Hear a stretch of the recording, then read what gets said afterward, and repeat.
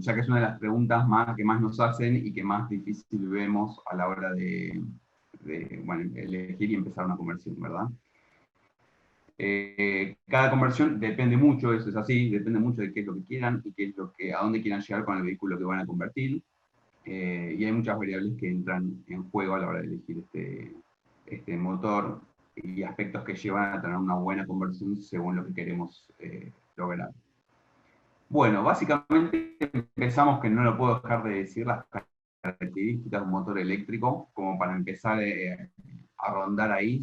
Difieren un poco, depende de qué tipo de motor. Básicamente tienen un torque a 0 RPM, lo cual eso nos beneficia muchísimo en cualquier vehículo, ¿sí? El tema del torque a 0 RPM, que es lo que usan todas las automotrices como para empezar a publicitar sus vehículos. El tema del silencio, que no saca ruido, es muy importante. Acá hay otro punto muy importante, que es el rango de las RPM, ¿sí? Un motor eléctrico puede llegar, más estos que están preparados para vehículos, pueden llegar a las 10.000 RPM, y no hay fuerzas contrarias como hay en un motor a combustión, que lleva a que las bielas están sometidas a unas presiones y unas fuerzas muy grandes. En cambio, motor eléctrico llega a 5.000, 10.000, 6.000 RPM sin ningún tipo de esfuerzo, ¿sí? El que hace el esfuerzo es el controlador acá, el cual disipa su respectivo calor para hacerlo, pero no hay esfuerzos mecánicos para llegar a esas velocidades. Y al llegar a altas RPM, lo bueno que tenemos es que en motores grandes se termina eliminando la caja de cambio. En motores grandes, repito, por las dudas. Ya lo vamos a ir viendo ahora cuando avancemos con la temática. Bueno, son muchos más livianos, ¿sí? Entonces, si nosotros en principio sacamos un motor a combustión y ponemos un eléctrico, solamente hablando del motor, ¿sí? No tenemos en cuenta todavía las baterías, el motor es mucho más liviano. Estamos hablando de una tercera parte, dependiendo qué tipo de conversión hagamos. Y lo más importante acá de todo, están hechos con pocas partes. Muy pocas partes, son contadas capaz con los dedos de las dos manos, lo cual es muy bueno ya sea para las reparaciones y que por lo general no tienen. Solamente se puede llegar a tener un cambio de rulemanes, pero más allá de eso, los motores eléctricos y más con los controladores que tenemos, que están muy cuidando el motor en todo el momento, se logran realmente unas buenas durabilidad de los productos, ¿sí? Hay otra de las preguntas que se hace mucho, es motores trifásicos, ¿por qué? ¿Por qué trifásicos y por qué no usar otros que hay hoy en día, o sea, que hay dentro del mercado? Eh, y bueno, acá vamos a ahondar un poquito en por qué. Los motores que están hoy en día, los más conocidos, son motor DC con escobillas, ¿sí? Que es un motor que se usaba, ahora ya no tanto, en lo que es tracción industrial, ya sea para equipos de limpieza, para equipos de autoelevadores y elevadores. Se usaban, digo porque hoy en día se está pasando todo a trifásico también. Son motores Espera, muy Guille, pesados, el tamaño, relación... Sí, sí. se cortó tu audio por un segundo, ¿podés repetir Ah, lo ok. último? Sí, uno de los motores que encontramos fácil hasta capaz de descarte, estaba diciendo, es los motores de DC con escobillas, ¿sí?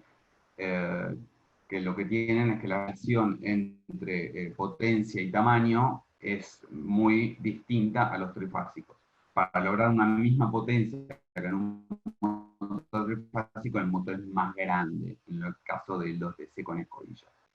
Más allá de que tienen escobillas, tienen más partes que tienden a gastarse y que hay que reemplazar después de ciertas horas de uso. Estos motores, por ser pesados y por todas las partes que implican, quedan descartados dentro del uso para vehículos. ¿Sí? ¿Se puede usar? Sí, claro que se puede, sí, para la fabricación de vehículos. Y de ahí están los VLCD, ¿sí? Que son motores muy eficientes, está muy buena esa parte con imanes permanentes, los cuales también quedan descartados porque esos imanes permanentes que tienen son muy caros y requieren de electrónica para moverlos. En cambio, el trifásico requiere una electrónica similar, y son mucho más baratos. Un motor trifásico está compuesto por chapa, por tapas de aluminio, rulemanes y cobre, y alguna que otra cosita más, pero básicamente eso, y son materiales de fácil conseguir, a relación con un imán de neodimio, que son los que se usan para motores tipo BLSD, y más en los tamaños y potencias que estamos trabajando en los autos. ¿Sí? Acá estamos hablando de potencias de 40 kilowatts, de 66 kilowatts, que hacen bueno, posible la conversión de vehículos grandes o de tamaños considerados. Bien ahí. Bueno, hasta acá más o menos se entiende, se entiende bien lo que estoy diciendo. ¿Sí? Bien, ¿Están escuchando buenísimo. bien? Perfecto. Me gusta la señal de los que Bien tienen ahí. video. Los motores trifásicos rondan una eficiencia del 90%, que es muy importante porque cuando estamos queriendo después instalar esto, realizar la conversión, necesitamos tener una eficiencia dentro del vehículo para poder aprovechar las baterías que vamos a instalar. ¿Sí? Entonces, si nos fijamos dentro de la eficiencia, el trifásico tiene una eficiencia del 90%, que es muy buen número. Bueno, como dijimos antes, son económicos y son sencillos la parte constructiva del motor, no tienen mantenimiento y requiere de electrónica. Depende cómo se vea, puede ser un punto negativo, porque requiere un controlador que controla el motor. El tema es que cuando está aplicado a vehículos eléctricos, esa electrónica nos pone a disposición un montón de casos en los cuales nos beneficia. ¿Qué quiero decir con esto? Cuando el auto está detenido, el controlador no simplemente hace girar el motor, sino que busca el torque que necesitamos para que el motor salga adelante, ¿sí? Sin recalentarse o recalentándose lo menos posible. Entonces juega con la potencia, el torque y la corriente para lograr que el motor haga lo que le estamos pidiendo con el acelerador. Entonces ahí es cuando el controlador se denota nuestro amigo, se pasa de nuestro lado y nos empieza a dar un montón de funcionalidad que ahora cuando termine, lo dejé para el final el tema del controlador, voy a anotar hacerles saber todos los puntos en los cuales el controlador nos ayuda en el momento de hacer una conversión, ¿sí? Que el auto quede medianamente manejable y que tengamos ganas de salir, ya que si tenemos un auto que no le andan las luces, que el tacómetro no anda, que el freno no funciona. Bueno, todo eso genera que un auto que convertimos y que capaz fue un proyecto espectacular, no lo usemos en el día a día porque realmente tenemos uno al lado con aire acondicionado que nos lleva, nos trae, que tiene nafta, sí, pero bueno, tiene otra comodidad. Quedan claro que todo lo que tiene un vehículo hoy en día se puede dejar andando y se puede tener la misma comodidad, ya sea dirección, aire acondicionado, todo, o sea, exactamente todo, ABS, control de tracción y demás, ¿sí? Queda todo funcional el vehículo. Por lo menos es lo que nosotros apuntamos con las dos conversiones que hicimos. Buscamos que que el vehículo quede similar. Si el auto llevaba 4 personas, bueno, que las pueda llevar, si el auto llegaba a 100 kilómetros por hora, que pueda llegar a 100 kilómetros por hora para que quede un auto utilizable. El único punto que es muy complicado de hacer que quede igual es llegar al kilometraje que llegaba el vehículo, ¿sí? Que eso es una cuestión netamente económica. Bien ahí. Y hoy en día los motores trifásicos son muy confiables, ya que se vienen usando a nivel industrial hace muchos años, ¿sí? Con controladores y demás. Una de las preguntas que nos hacen es ver de utilizar motores que se consigan localmente, ya sea trifásicos, ya sea, no sé, contactores que se nos consigan de manera local para no comprar cosas que vienen con precios en dólares de afuera. Bueno, el tema, por ejemplo, del motor industrial que se puede llegar a conseguir, no sé si alguien tuvo la posibilidad de ver un motor industrial de 30 caballos. Eh, no sé si saben, es un motor que mide más o menos unos 60 centímetros, con un diámetro de unos 30, 35, calculo yo ahora sí a ojo modo, y son pesados, están llenos de cobre, y meterlos arriba de un auto capaz que lo parte al medio del auto de lo pesado que es. ¿Sí? Entonces ahí es donde decimos qué diferencia tiene el motor que nosotros estamos ofreciendo para un vehículo y el motor trifásico que conseguimos. Créanme que en el 2015, antes de elegir traer un motor de Estados Unidos, me recorrí todas las casas que hay en la Argentina, todas, buscando un motor que tenga 40 kilowatts. Y el tema de la tensión de alguna manera lo resolvía, pero que tenga los 40 kilowatts y que tenga un tamaño para que le entre en el capot del auto. Bueno, no lo conseguí, y hasta recibí cosas del tipo, eso no existe, no lo busques y demás. Bueno, y acá les voy a decir cuál es la mayor diferencia que hay entre un motor y otro. El Esperá, motor Guille, industrial está preparado para usar esperá, su máxima potencia, Guille, ¿sí?, durante las se cortó tu 24 audio. horas. ¿Por qué? Porque es de tipo industrial para la industria. Sí. Guille, se cortó tu audio. Después que Ok, dijiste que te dijeron que ok, eso no ok. existía, volvió a empezar. Hola, ¿y se escucha? Sí, Perfecto. Sí, si no podemos dar de baja los videos para que sea más fluido esto. sí, mejor. Ah, no, Bueno, ok, vos decís. No, no, dale, seguí, yo te voy avisando si se corta el audio. dale, listo.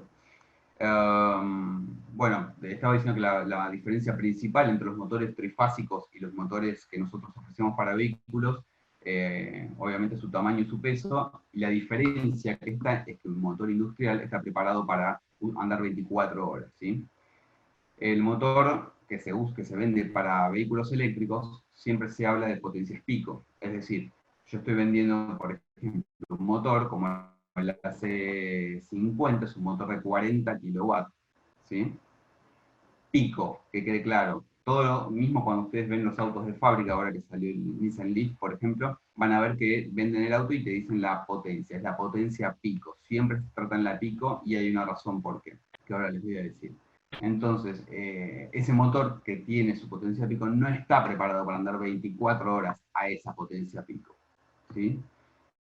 Eh, Puede andar, y por lo general, por tiempos muy cortos. Por ejemplo, los motores que tenemos nosotros, las potencias a las cuales nosotros referimos cada tipo de motor, estamos hablando de 1 minuto, ¿sí?, de duración de ese pico, para preservar la temperatura del motor, para preservar el controlador y demás. Mismo en los autos ¿cómo se llama?, que salen de fábrica eléctricos, es la misma situación. ¿Por qué? Porque nosotros vamos a necesitar ese pico de potencia para llevar el auto de la velocidad inicial, por ejemplo, 0 km por hora, hasta la velocidad deseada. Una vez que llegamos a la velocidad que queremos ir, la potencia que usamos es mucho menor. Por ejemplo, para llegar con la camioneta de 0 a 100, uso los 40 kilowatts, pero por un periodo de 20 segundos. Después, una vez que llegué a los 100 kilómetros por hora, con 10 kilowatts mantengo la camioneta en 100 kilómetros por hora sin ningún problema, ¿sí? Entonces ahí es la grande diferencia, la mayor diferencia que hay con motores industriales con respecto a los eléctricos, que estamos vendiendo para vehículos, ¿no? Y los vehículos nuestros funcionan hasta 400 Hz de frecuencia, ¿sí? Mientras que un industrial funciona con 50 Hz, que son la tensión que viene de línea. Ahí esas son las bases, las diferencias más grandes que hay entre los distintos tipos de motores industrial y para vehículos. Bien, vamos a entrar ahora en la parte de qué potencia elegimos para nuestro motor, y ahí es donde está complicada la respuesta directa, ¿sí? Nosotros, indico, como dije antes, pretendemos que el auto llegue y haga más o menos las mismas cosas que hacía con su motor original. Por eso, uno de los parámetros a tener en cuenta es la potencia original del vehículo, ¿sí? Es un parámetro, no digo que con eso ya sabemos, pero es un parámetro que tenemos que tener en cuenta. Y ahí tenemos dos puntos, o nos pasamos, perdón, tres puntos, nos pasamos para abajo, nos pasamos para arriba de potencia, o elegimos una en el medio de esos dos límites. ¿Por qué digo esto? Si nos vamos muy para arriba con la potencia del motor que estamos eligiendo, porque dijimos, bueno, tenemos un auto bien pistero y nos fuimos para arriba, a diferencia del motor a combustión, que tiene un embriague y eso amortigua un poco los picos de potencia, el motor eléctrico te va a tirar tanta potencia a la caja que si pasamos el torque que soporta esa caja, la vamos a destruir. Vamos a tener No, espera, Guille. estampados contra el Guille, techo del auto. mismo los semiejes. Guille, repetí lo último que se cortó, por favor. Dale. Bueno, de no sobrepasarnos la potencia que estamos eligiendo de nuestro motor eléctrico para nuestro vehículo. Hoy en día hay mucha información en internet de los distintos vehículos que nos va a dar qué potencia máxima le podemos poner a una caja de cambios X. ¿Sí? Un parámetro es, como dije antes, el motor original que tiene. Por otro lado, tenemos la potencia mínima que le podemos dar. Si nos vamos muy para abajo con esa potencia, vamos a tener un problema de que mismo si el auto es urbano, ¿sí? No queremos andar más de 60 km por hora, y eso no sería el problema. En las ciudades hay subidas, hay bajadas, mismo acá en Buenos Aires están los zapitos nuevos para cruzar las vías que son muy pronunciadas, y no nos tenemos que quedar cortos porque nos vamos a quedar abajo o vamos a subir a una velocidad realmente ridícula. Entonces, la elección del motor hay que tener en cuenta estas cosas para no quedarnos ni cortos ni sobrepasarnos, ¿sí? Bien. Me han preguntado sobre las distintas tensiones de trabajo del motor. Eh, Tengan en cuenta que la tensión, o sea, el voltaje, para decirlo, para que se entienda mejor, para aquellos que no estén mucho con la parte eléctrica, la tensión del motor no determina la potencia, ¿sí? Están separados. Solamente sabiendo si un motor es de 72 volts, de 144, no estamos diciendo si el motor es potente o no es potente, ¿sí? Que quede claro eso para... yo puedo tener un motor, por ejemplo, en nuestro caso, de 48 volts, que tiene 17 kilowatts, y puedo tener otro de, no sé, 24 volts, que tiene también 17 kilowatts. Y mismo para arriba, uno de 144, que tiene también 17 kilowatts. Entonces, la tensión sola no modifica la tensión del motor no modifica la tensión. La tensión no modifica la potencia. Sí es un factor, obviamente, y si nos corrige un poquito las curvas del motor. Por eso, cada vez que van a hacer una conversión, les recomiendo consigan los datos del motor eléctrico, consigan las curvas, las tienen que tener, tienen que estar, y uno ahí puede analizar qué potencia y a qué RPM. Por ejemplo, el motor de 17 kW nuestro, les puedo decir que hasta los 2000 RPM mantiene su torque, ¿sí? Entonces, ¿qué pasa? Vamos a tratar de usar el motor en ese punto donde tenemos todo el torque a flor de piel. Después de las 2000 RPM empieza a decrecer su torque bastante pronunciado hasta, hasta las 6000 a 10000 RPM que puede llegar ese motorcito. Bien ahí. Bueno, es importante que se entienda que la potencia pico se lleva para que el vehículo llegue a la velocidad que estamos buscando, ¿sí? Esa parte se tiene que entender para que se sepa que por eso se habla de potencia pico y por eso se le da un tiempo corto, en este caso, en el motor de los HPs, alrededor de 1 minuto. Que varía según el motor, varía según ¿cómo se llama? El controlador, sobre todo, con el cual estemos trabajando. Bien, sí tenemos que tener en cuenta con respecto a la tensión, que cuando nosotros tengamos más tensión, ¿sí? Más voltaje, para una misma potencia de motor, vamos a tener menos corriente, ¿sí? Esa parte nos va a dar jugar para el tamaño de nuestros cables. Si nosotros queremos poner cierta potencia en nuestro vehículo y ponemos poco voltaje, seguramente la corriente va a ser muy alta. Pero si le ponemos mucho voltaje, la corriente va a ser baja. ¿Qué pasa ahí? ¿Quién es el que nos da el torque? Y esta parte es muy interesante. Lo que nos da el torque es la corriente, ¿sí? Cuanta más corriente, sube el torque. Es muy proporcional esa parte, ¿sí? Para que lo tengamos en cuenta. Bien. Entonces, para la conversión del vehículo, como dije antes, tenemos que tener en cuenta el motor que vamos a utilizar.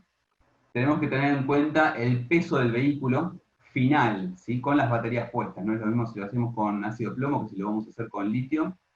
Y qué velocidad pretendemos. En este punto tenemos que pararnos un segundo a decir, hay un cambio bastante grande en lo que es la potencia que necesitamos, que es el punto de los 80 km por hora. ¿Sí? De 0 a 80 km por hora, se necesita, es bastante lineal, va cambiando, pero es bastante lineal. De 80 kilómetros para arriba, cuando queremos empezar a ganar eh, velocidad, vamos a empezar a necesitar mucha potencia. De hecho, no es lo mismo llevar el auto de 60 a 80 kilómetros por hora que llevar de 80 a 100 kilómetros por hora. ¿Sí? Vamos a necesitar más potencia. Esto se debe al viento, al aire. El aire empieza a hacer una fuerza contraria a la que nosotros queremos hacer, muy importante. Entonces, si estamos buscando que nuestro auto vaya a más de 80 km por hora, tenemos que tener este factor que nos va a afectar bastante. Bueno, algo que no puedo dejar de decirlo, que es el tamaño físico del motor. Meter un motor más grande, por ejemplo, si vamos a hacer un Fiat 600, si vamos a hacer así vehículos chicos, el tamaño del motor es importante. Ya siempre se puede reformar, siempre se puede instalar, pero bueno, nos vamos a meter en un cambio más radical en la conversión, que es una simple conversión de vehículos. ¿Sí? Dentro de, cuando hablamos de fijarnos en el motor original, recomiendo fijarnos en dos puntos muy importantes. La potencia, obviamente, como dijimos antes, y el torque, ¿sí? Y a qué RPM está calculado cada uno. Siempre vamos a encontrar en las características técnicas de los vehículos. Por ejemplo, la camioneta, la Freelander reconvertimos, tiene 165 Nm, el motor original gasolero, a 2000 RPM, ¿sí? Y 88 kilowatts. Nosotros le pusimos un motor de 66 kilowatts, ¿sí? 20 kilowatts más chico, y 146 Nm, o sea, 20 Nm más chico. Ahí sí tendríamos que ver cómo quedó la camioneta. Ustedes, bueno, no tengo manera de preguntarles en este modo, pero ¿en qué, cómo creerían que quedó esa camioneta en cuanto a la salida, en cuanto al modo de conducción? Bueno, les puedo decir que quedó mucho de la camioneta, ¿sí? Quedó con una potencia muy buena, y de hecho lo calculamos así para que, como es un vehículo off-road 4x4, para que tenga la posibilidad de trabajar en ese entorno de manera tranquila. ¿Sí? Y estamos hablando de que le pusimos en cuanto a torque y en cuanto a potencia más chico. Ahora, si vemos el por qué, vamos a ver que en el motor original gasolero tenemos los 165 Newton a 2000 RPM, pero no al momento cero. Y ahí es donde está la diferencia abismal. ¿Sí? Por eso la camioneta me quedó muy picante, tanto que en ciudad no uso la primera porque me sale muy rápido. De hecho, uso dos cambios, la segunda en ciudad y la quinta en Panamericana, bueno, en ruta, digamos, para andar a la velocidad deseada. ¿Sí? O sea, uso nada más que esos dos cambios. Cuanto más chico Guille, sea el motor, sí. perdón que te interrumpa, pero quiero hacer una pausa para recordarles a los últimos que se incorporaron que tienen los micrófonos silenciados, pero pueden ir mandando preguntas a medida que Guille habla al chat. Ya me empezaron a llegar algunas y las estoy recopilando, así que los últimos que se incorporaron, y si tienen dudas, pueden ir escribiendo al chat. Listo, gracias. Eh, tengan en cuenta, y esta parte también es importante, que cuanto más chico sea el motor, más van a usar la caja de cambio. ¿Sí? No siempre que se ponga un motor eléctrico se va a dejar de usar esa caja de cambio. Entonces, cuanto más chico sea nuestro motor, vamos a necesitar justamente usar más la caja de cambios, ya que la caja de cambios es un convertidor de torque, ¿sí? Sacrificamos RPM para lograr más potencia en la rueda y poder llegar a acelerar más, con más velocidad, y poder llegar a la velocidad deseada, en la mayoría de los casos. Entonces, la caja se usa. Por más de que no pongamos el embriague, la caja se usa, y ahora después voy a decir de qué manera lo podemos llegar a hacer con los sistemas que tenemos. ¿Sí? Bien ahí. En cuanto a lo que es, bien, en cuanto a lo que es, les voy a mostrar después del motor, una vez que lo elegimos según las potencias que queremos, según el vehículo y demás, nosotros en una primera instancia habíamos logrado, pensando que era la mejor opción, poner la unión entre la que es motor eléctrico y la caja, un sistema para que los golpes del motor eléctrico no se transmitan a la caja y demás. ¿Sí? Entonces les voy a mostrar ahora si es que encuentro la manera, una foto de cómo hicimos la primera conversión y cómo hicimos la segunda. No estoy encontrando. Bueno, ahora cuando vea... Ah, ahí está.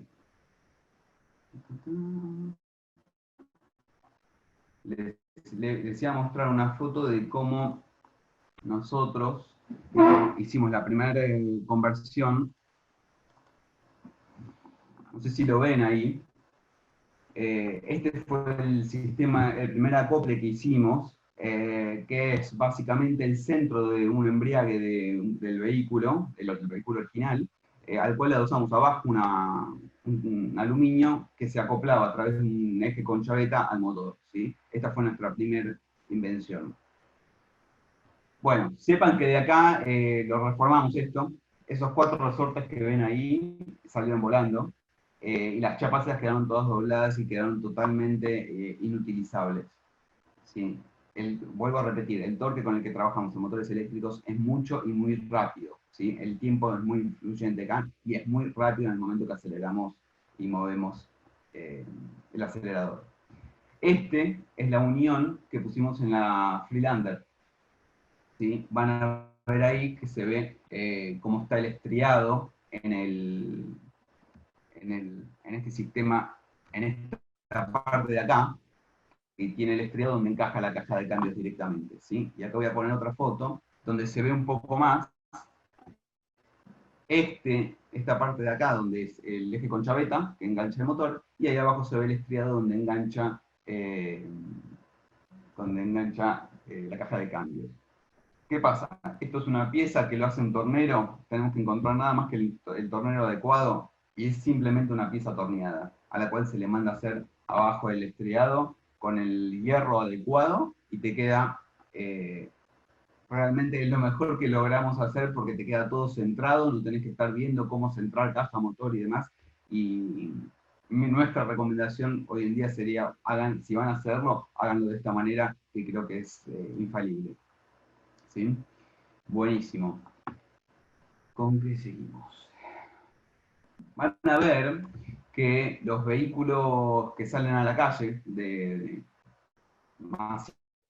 masivamente, como es la Kangoo, como es el Nissan Leaf, que son los 2 vehículos primeros que llegaron a la Argentina, tienen motor muy grande, ¿sí? Por eso no tienen cambios. Mismo la Kangoo tiene un motor de 44 kW, pero con un torque excesivamente grande, ¿sí? De esa manera logran no tener caja de cambios.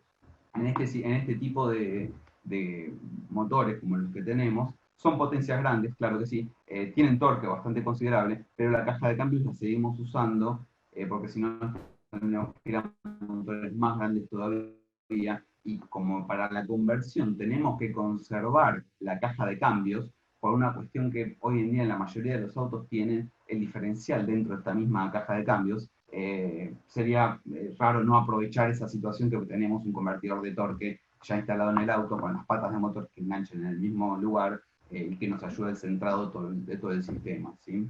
Así que nuestra recomendación es dejar en lo posible la caja de cambios. Hay algunos sistemas en los cuales no haría falta dejar la caja de cambios, que es en aquellos que usan cardán para dar tracción al vehículo, en el cual se puede poner un motor directamente enganchado al diferencial, por lo general trasero. En ese cambio no tenés convertidor de torque, por lo cual vas a necesitar un motor muy potente para que solo con la baja de revoluciones que hace el diferencial, si el cambio de torque que hace el diferencial, alcance para tener un auto que se mueva, ¿sí? Que se mueva y que sea funcional, por sobre todas las cosas. Bien, ahora me falta un solo tema, antes de entrar con el tema de las preguntas, que es el tema del controlador y sus misterios, ¿sí? ¿Qué es, por qué y todo lo que nos va a brindar el controlador? A mi ver, el controlador, según el modelo y demás, te da la capacidad de que tu auto convertido sea lo más original posible, ¿sí? Digo original porque te va a dar la posibilidad de que todos los sistemas que ya vienen originales con el vehículo queden funcionando. Es ahí que nosotros elegimos una empresa bueno, como HP, que utiliza controladores de la marca Curtis. Para que tengan un poco una idea, los controladores Curtis es una marca que tiene 60 años en el rubro de controladores, ¿sí? Ya avanzaron, lo que nos gustó mucho es que avanzan y están constantemente avanzando en todo lo que son sus sistemas y sobre todo su software, que hoy en día es la vanguardia de cualquier sistema, que tenga un buen software. Bien, dentro de los que son los controladores, una de sus funciones obviamente es controlar el motor, el cual los controladores Curtis tienen un control vectorial, eso que significa que Guille, trabaja y juega con la Guille, frecuencia, con la corriente y con el voltaje que aplica, ¿sí? Sí, podés volver a empezar porque se cortó el principio. dale, me parece. Hasta que Los Curtis hizo una controladores marca reconocida que Curtis tiene 60 tienen. años. Dale, dale, ok. Estaba diciendo que el controlador los controladores se basan básicamente, su principal función es la de control de motor, ¿sí? Los controladores Curtis tienen un control vectorial, ¿sí? Que lo que hace básicamente es jugar con la frecuencia de aplicación en las bobinas del motor y con la corriente y con la tensión que le está aplicando para lograr el máximo torque a la salida del motor, ¿sí? Hay controladores, van a encontrar controladores, hay muchas marcas, hay muchos modelos, pero Curtis hace hincapié en que tiene todo un research atrás, o sea, toda una investigación para que un motor del tamaño que nosotros estamos vendiendo tenga los 40 kilowatts con solamente pisar un pedal y se sienta eso, ¿sí? Bien. Y este control vectorial lo que también ayuda mucho es superar las pendientes de una manera sin recalentamiento tanto del controlador como del motor, ¿sí? Bien, las funciones que tiene el controlador. Y acá vamos a empezar vamos a abrir un abanico, lo cual nos va a dar, como dije antes, que el vehículo sea funcional. Hoy en día, desde el 2000 en adelante, cualquier vehículo que agarren va a tener el acelerador electrónico. Entonces, a la hora de convertir el vehículo es bueno poder muchas veces usar el mismo acelerador que tiene puesto por una cuestión de que ya está apurado, ya está pasado, hasta capaz están los cables que tenemos en el capó y lo podemos usar sin instalar, sin agujerear, sin nada, utilizando el acelerador original. Entonces, a lo que iba es que Curtis tiene la posibilidad de instalar hasta, creo que son 3 tipos de aceleradores, los cuales, eso, brindan una señal de 5 volts y le dicen al controlador de qué manera, cuánto tiene que acelerar, ¿sí? Dentro de los que son los aceleradores podemos encontrar los de efecto Hall, ¿sí? Que son los más nuevitos y que por lo general el Peugeot usa mucho ese tipo de aceleradores.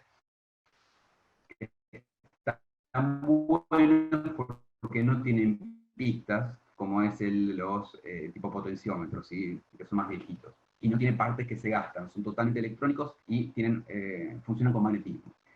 En la mayoría de los casos también, por si falla el acelerador, ¿sí? Hay veces que el acelerador se rompe y muchas veces cuando se rompe deja mandando una pequeña señal que el controlador puede interpretarlo como una señal para acelerar.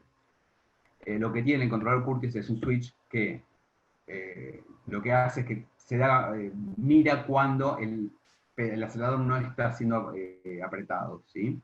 Entonces, con la unión de ese switch con lo que uno está acelerando, se da cuenta si realmente estamos acelerando o no. Son todos medios de backups para la seguridad en general de lo que es la conversión Espera, del Guille, vehículo eléctrico, ¿sí? Tengamos en cuenta que y no estaría bueno que falle. Por eso es importante. aparece un mensaje que dice que tu ancho de banda está bajo, por eso se corta. Por ahí si podés abrir la puerta que tenés atrás para ver si mejora un poco. Bueno, ahí fijo. Porque lo último que dijiste no se entendía. Bueno, hasta dónde se escuchó? Ok. Estaba diciendo que los Curtis aceptan varios tipos de aceleradores y tienen la posibilidad de instalar en un acelerador el cual tiene un switch que permite, junto con el switch y la señal de acelerador, realmente verificar que uno esté acelerando, ¿sí? Todo esto porque estamos trabajando con un equipo que pesa entre 1000 y 1500 kilos, que es el peso de un vehículo, y puede ser potencialmente peligroso si falla un acelerador, el controlador se da cuenta de que está acelerando y acelera el auto sin que nosotros se lo pidamos. Entonces son todos medios de seguridad que son importantes a la hora de hacer la conversión para no lastimar a nadie. Otra opción y no menos importante es la opción de tacómetro. Si el vehículo ya dispone de un tacómetro digital, se le puede conectar directamente al controlador el tacómetro original del vehículo y de esta manera tener el tacómetro funcional del tablero original del vehículo. ¿Sí? Es un controlador preparado para conversiones, o sea que tiene la posibilidad de todo este tipo de enganches dentro del vehículo y de la conversión que estamos haciendo. Otra opción también es la parte del freno regenerativo. Obviamente cuenta con freno regenerativo y no solo eso.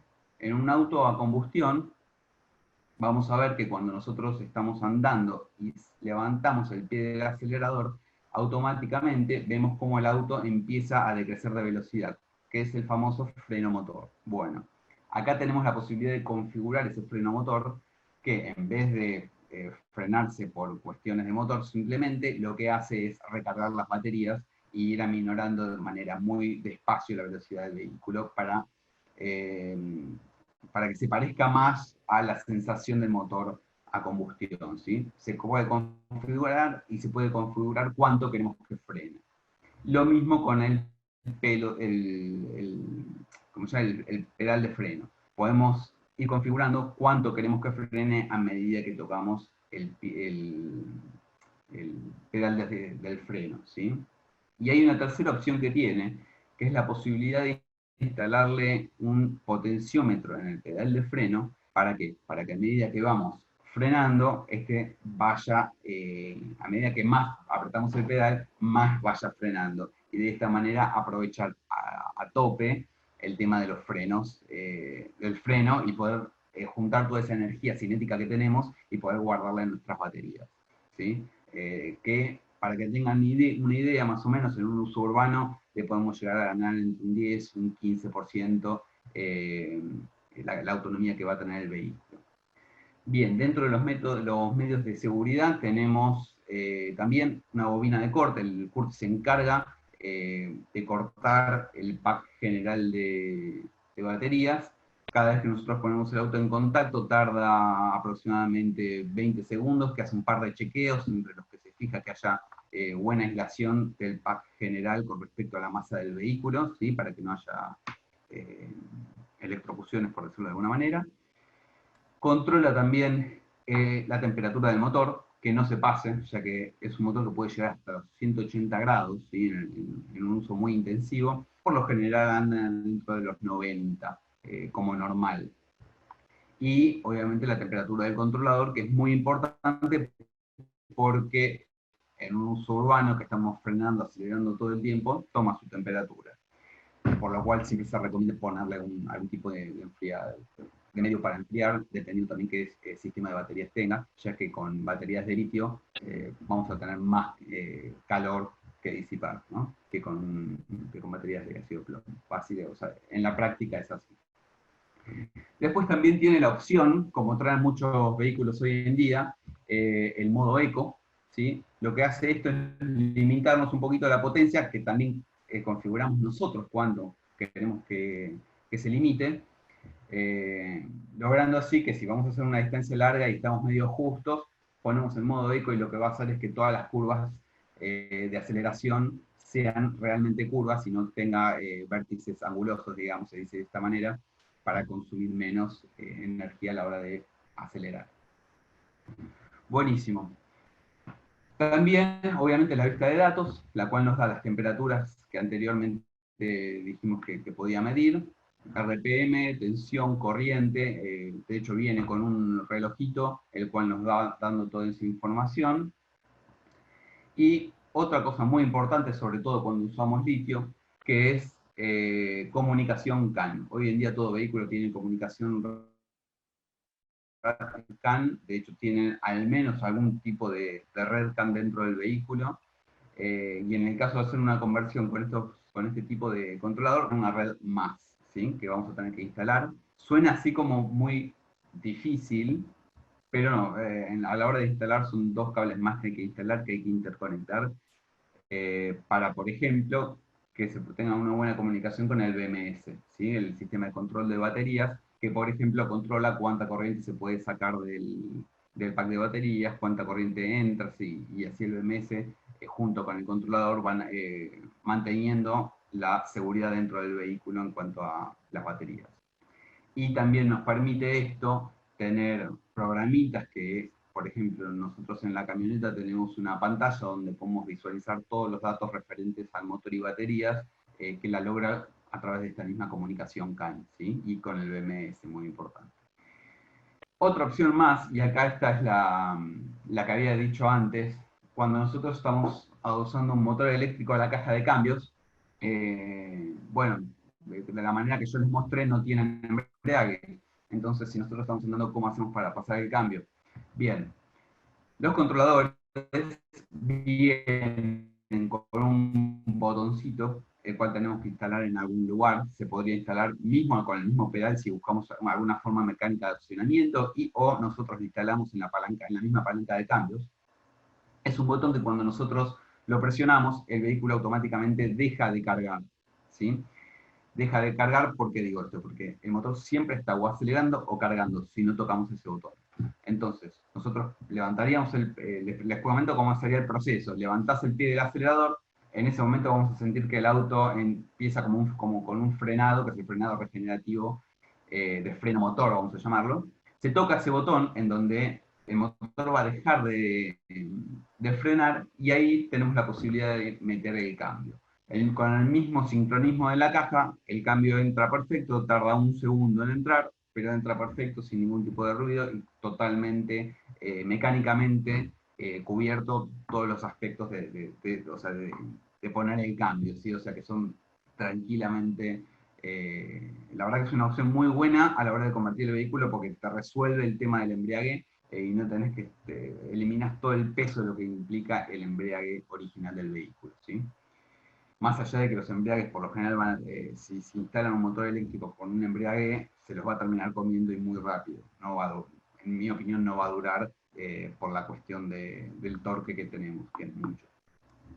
Y por último, una función muy copada para aquellos que quieren hacer autos de mucha potencia: los controladores Curtis son paralelizables, ¿sí? ¿Qué significa esto? Que podemos poner dos controladores con dos motores dándole potencia a nuestro sistema.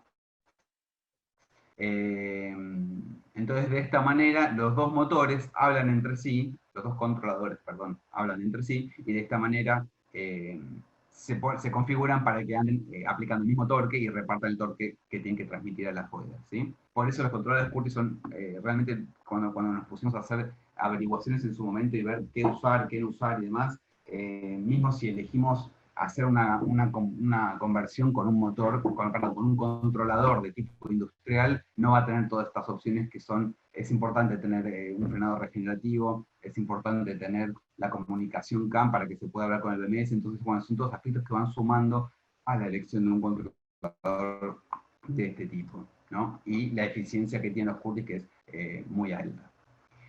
Bueno, en cuanto a la charla y al dar información, voy a cortar un poquito, que ya creo que toqué todo. Hablamos del torque, hablamos de la potencia, hablamos de los voltajes, de las corrientes, de la caja de cambios, de cómo unirla y los controladores. Capaz ahora me gustaría ver las preguntas que ustedes, qué es lo que más quieren saber, para así de esta manera, nada, evacuar dudas. Igual más adelante podemos llegar a hacer algo más solo específico para eso, y que cada uno siga planteando sus preguntas, que es más ameno tener una charla que hacerlo de esta manera, que es medio cortado. Entonces, a ver, Estefanía, ¿tenemos alguna pregunta para Sí, que pueda te- ayudar a resolver? tengo varias preguntas. Voy a empezar, A ver. digamos, de atrás para adelante, así, porque las últimas preguntas son las más relacionadas con lo último que hablaste. Una de las preguntas es ¿con qué voltaje trabajan estos motores? Bueno, tenemos tres tipos de motores que elegimos. HPEPS tiene muchos motores, ¿sí? Nosotros elegimos tres que trabajan los tres tipos de potencias para mover los vehículos hasta 1800 kilos, que son 48 volt, que está muy bueno para hacer conversiones chicas porque tiene tensión baja, lo cual lo hace mucho menos peligroso que lleguemos a 72 o a 144, ¿sí? Y ahí estamos logrando 17 kilowatts, que para vehículos chicos es una muy buena potencia. Entonces, yendo a la pregunta, son 48 volts, 72 volts para el motor de 40 kilowatts y 144 volts para el motor de 66 kilowatts. Esas son las tensiones que nosotros trabajamos. Bien. Otra pregunta es si se puede refrigerar con algún sistema de PC radiador o algo más sofisticado para un uso superior o prolongado. Bien, nosotros en la Freelander el tema del controlador, sí que lo queríamos mantener muy controlado su temperatura porque estamos hablando de un motor de 66 kilowatts, ¿sí? Con un vehículo pesado, o sea que a la hora de regenerar también regenera mucho. Sí, en nuestro caso nosotros van a ver en la web, tenemos una que se llama chill plate, la llaman así en Estados Unidos, es una placa de aluminio donde recorre agua, eso va adosado en la parte de atrás del controlador y de esta manera disipamos todo ese calor que tira el controlador y lo mantenemos a una temperatura acorde. En el caso de la camioneta hicimos eso, utilizamos el mismo radiador de agua, la misma bomba de agua del sistema del vehículo, y hacemos pasar agua por el controlador para mantenerlo frío. No llega a más de 30 grados el controlador, que es lo que queríamos lograr. Está siempre rondando ahí esa temperatura, más o menos 5 o 10 grados. ¿Sí? Así que sí, claro que se puede, por supuesto. Y en cuanto a los motores, la refrigeración de los motores, en nuestro caso, son todos motores ventilados por aire. Eso significa que pasa aire a través del motor, enfriando directamente el bobinado, lo cual es muy importante porque tener un motor que recalienta nos va a traer problemas a la larga.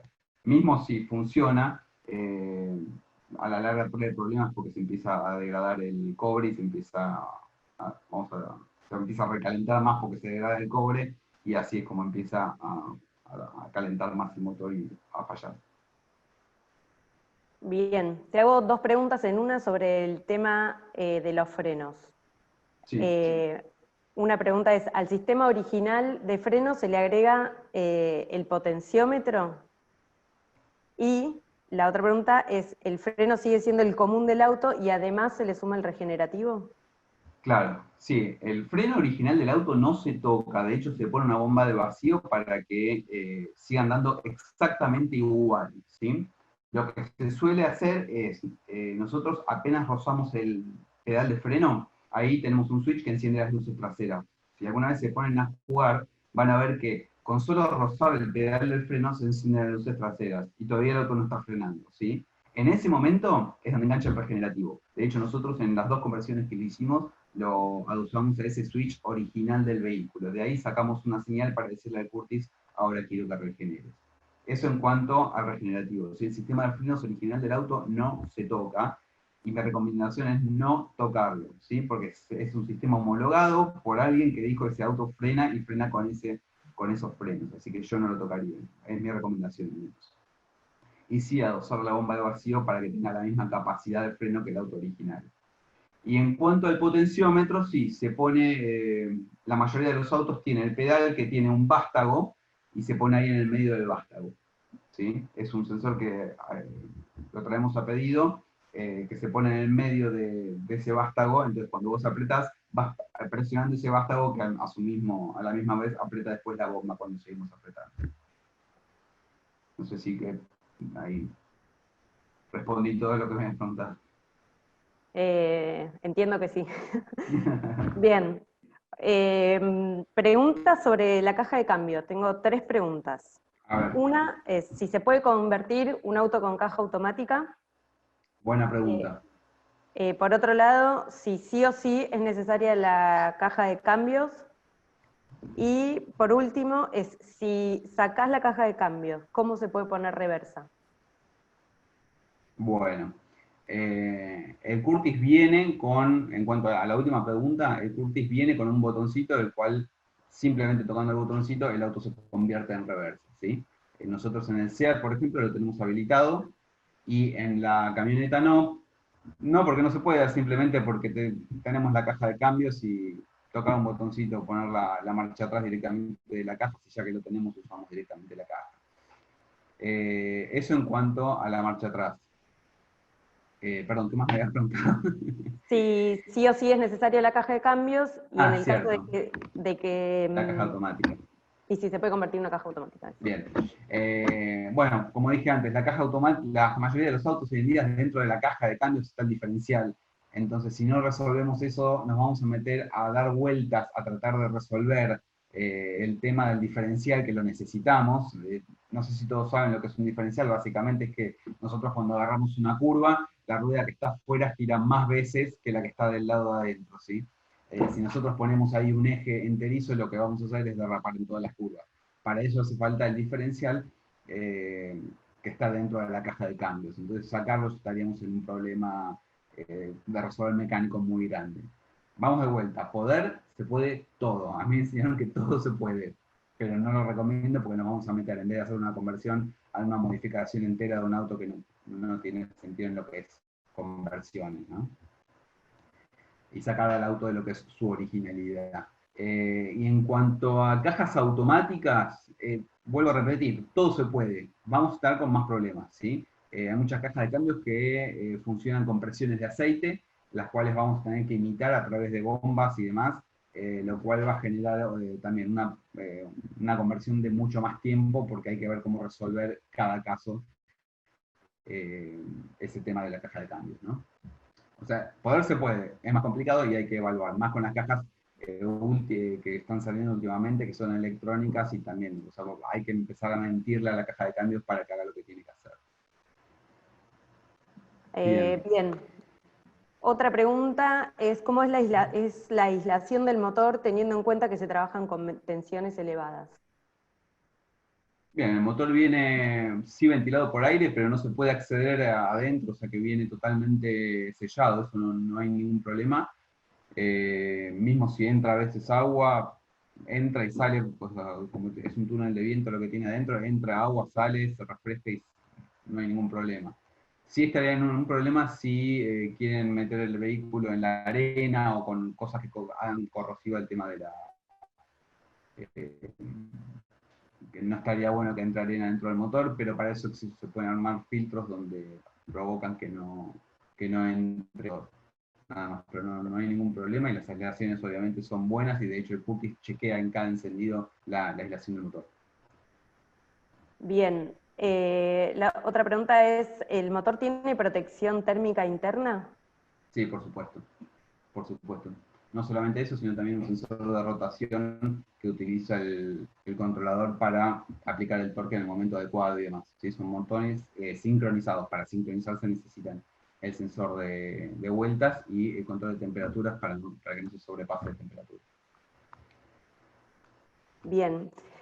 Otra pregunta es, ¿cómo es el tema de la bomba de agua? Bien, ¿cómo es? ¿En qué sentido?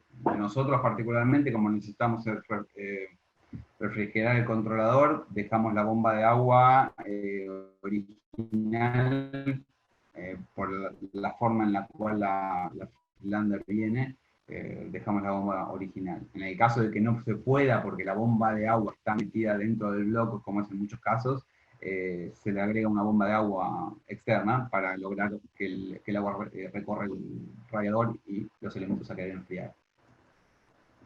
¿Sí? Bien.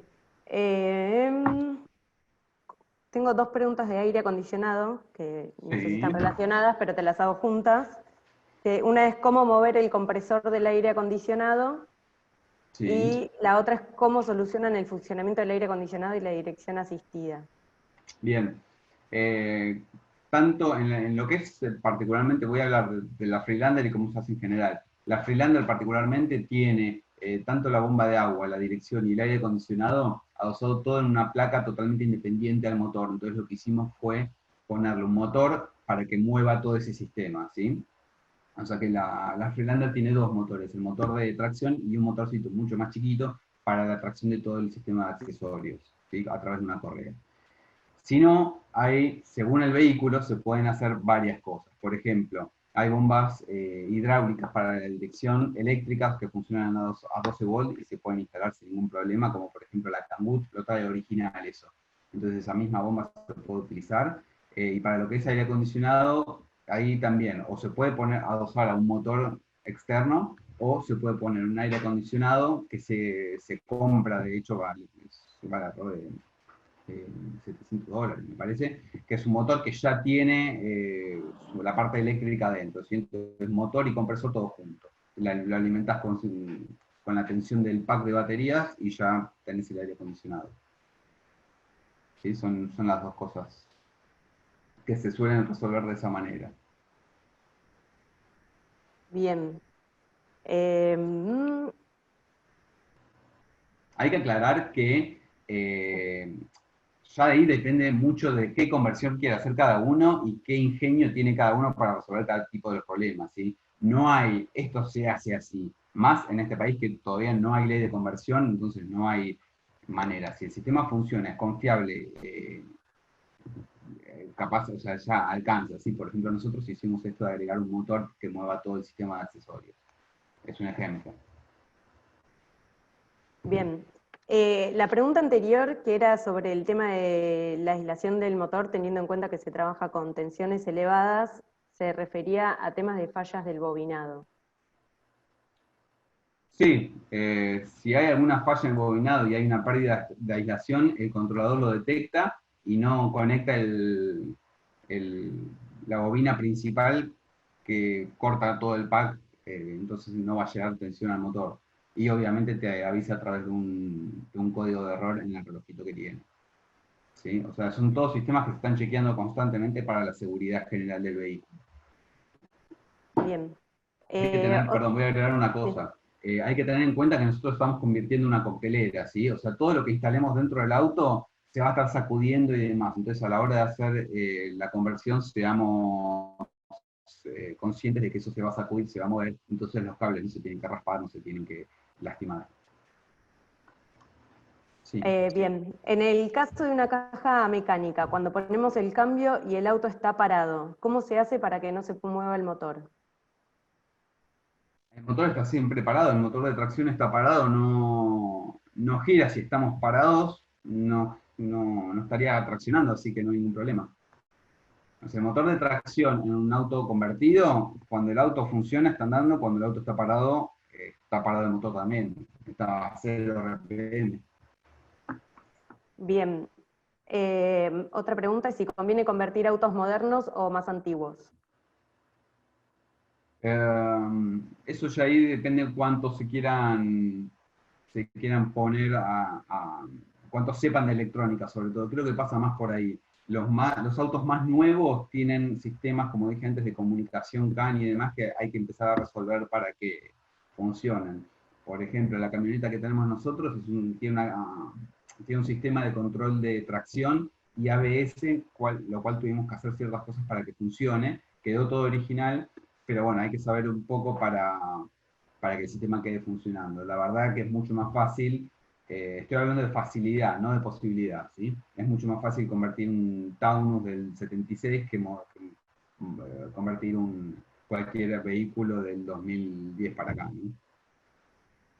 Bien, tengo unas preguntas no técnicas, así que las puedo responder yo, sobre todo con el tema de la circulación, que es, nos preguntan si se puede circular, si se puede hacer la BTV, esto lo hablamos al principio, pero como hubo mucha gente que se incorporó después, lo repito brevemente, que es que si bien no hay una ley específica sobre autos convertidos, hay trámites administrativos que se pueden hacer en la Dirección Nacional del Registro de la Propiedad Automotor para hacer el cambio de motor y hacer el cambio en la cédula verde.